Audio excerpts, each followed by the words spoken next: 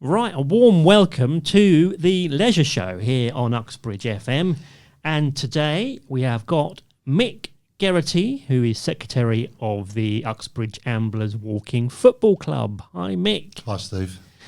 Now, first of all, I've never heard of a walking football club. Is this a new thing?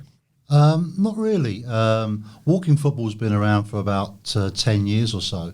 But we first picked it up in Uxbridge nearly 7 years ago. We saw an advert on the TV, Barclays Bank, using some old guys walking around kicking the football, and we thought it was a bit of a joke at the time. But we Googled up walking football, and lo and behold, it was a proper game. So a friend of mine, Mick Geraghty, who's a well-known figure in local football, we decided that we'd take it a step further, contacted the Middlesex FA, and we started a session at Hillingdon Leisure Centre, and 7 years on, we're going strong. We're the Uxbridge Amblers Walking Football Club, the first independent walking football club in London to be formed, which we're very proud of, and FA Charter status as well. So we've set ourselves up as a proper football club, but we walk. And what's the rules? How do you decide when you're running or when you're walking? Well, we don't even use the term walking anymore. It's jogging, because all these players that have been playing a while, they think jogging's fast walking. I think the basic rule is 1 foot on the ground at all times. I think that's really something to look at if you're refereeing a game. There's two key rules, which is no running or jogging, and also no contact. Now there'll always be some contact, but if it's aggressive or there's no going to ground like slide tackles or anything like that. So no, it's really a technical and skillful game when played properly. So no pulling of shirts or hacking down players or anything like that. We've got a few Italians want to join us, but no. Oh dear, that's great. And where do you train? We're at the Hillingdon Sports and Leisure Centre up in Gatting Way there on the outdoor 4G pitch. We've been there for nearly 7 years.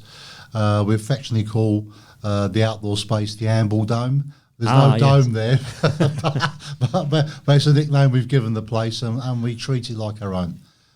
You know, and we have 2 sessions a week. We have Wednesday mornings, 11 o'clock till midday, and 6:45 to 8 o'clock on the Friday evening, which is our main club session. Okay. And what's the sort of average age of the players?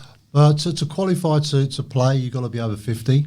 The game was set up originally for the over 50s, and it was to attract the older person back into sport in general, and obviously if you're an ex-footballer of any type or whatever or shape, then come down and have a go. Our age range is 50, 51 to the oldest player is 76. Whoa. You know, and when we play our club sessions, we mix them all up. Because we know the guys, and it's a good fun.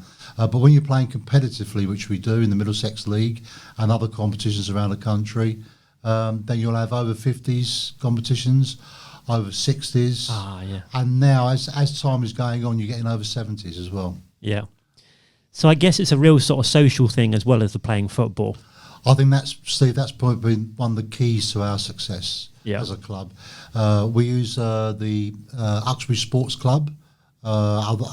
Some people might know it as the cricket club on Gatting Way, as our social hub, have done from day one, and we've created an old school football club type of environment, and that's really been important for our members, because we've got guys who've come into our club who maybe have been widowed, you know, or been isolated in the community for whatever reason, and that social aspect, both on and off the field, has been so important in bringing them back into the community. Yeah, that sounds very, very good. Yeah, and also some charity work involved, I hear, as well, raising money. Yeah, I mean, we very early on when we start doing our social functions.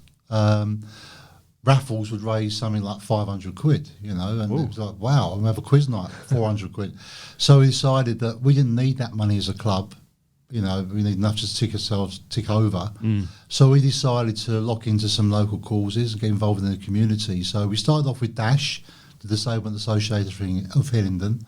And I coached the disability football teams there, and we funded their training pitches, etc. And then that followed on to the Hillingdon Brain Tumour Group, We got involved with Dementia Friends of Hillingdon with the council, and also Harlington Hospice. Oh, great. So lots going on. We've raised over £26,000. Oh, I say, that's amazing. Yeah. Some very worthy charities there. Yeah. So you travel around all the country and get on a bus and do proper like football tours and things? Yeah, well, the longest tour we've done, the longest journey's been to Italy. Ah. We went to Italy in around 2016. Yeah. And quite a few teams from England went over, and there was 3 teams from Italy, and we played in what they called the European Masters, and we won it. And our second team got runners-up, so we can say we were the first European champions. I don't care what anybody says, we were the first. And it was sponsored by Stannard Stairlifts. Other stairlifts are available. That's great. Stannard Stairlifts. Yeah. And the sponsor. There's a niche sponsor for a walking football club. Yeah. I like it. So you were also involved in some other training, aren't you, as well, with some different clubs and societies in the borough? Yeah, through our fundraising and our charity work, we got involved with Dementia Friends with the council, and I was off stage left developing a seated exercise class using a football as the focal point for older people, and I got involved with Harlington Hospice initially through Dash on a Monday morning, and Monday mornings or Mondays at Harlington Hospice is Dementia Day. Okay. So I got very involved with a dementia group there, very special group of people, and that then expanded into working with Hillingdon Council as I do today. I work with over 100 people a week normally, and we deliver reminiscent sessions and also seated football exercise classes.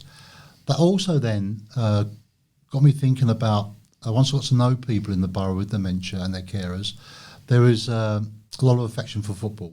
Okay, right across the community, all age, all backgrounds.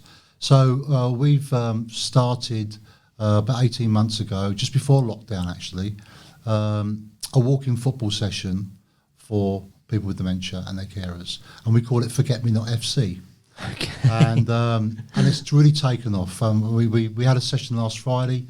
Last session, 24 people attended. We do it with them in conjunction with the Hillingdon Council and the Middlesex Football Association. We've had some wonderful support from both of those groups, and to see people's faces getting out and being active, and so all the stuff we know works with us in walking football works with any group. Yeah, and we were so chuffed. We won the FA Grassroots Project of the Year 2020 for that particular project. Oh, good work, yeah. So how do we get involved if you want to go and join up with the club? Well, go to our website, uxbridgeamblers.co.uk, and there's you can fill in the form on there.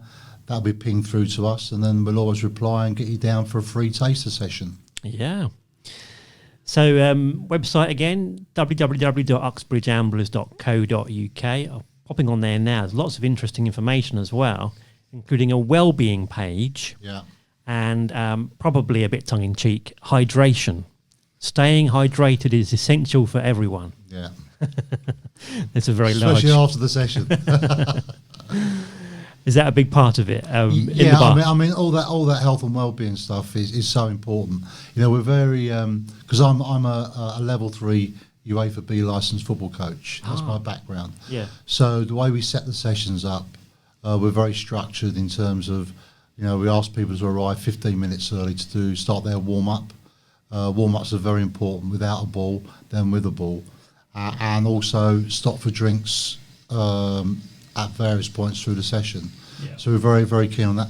We also have a physio that we can refer people to as well, because people do get little pulls and strains, and so we try to cover all of that sort of thing at the club.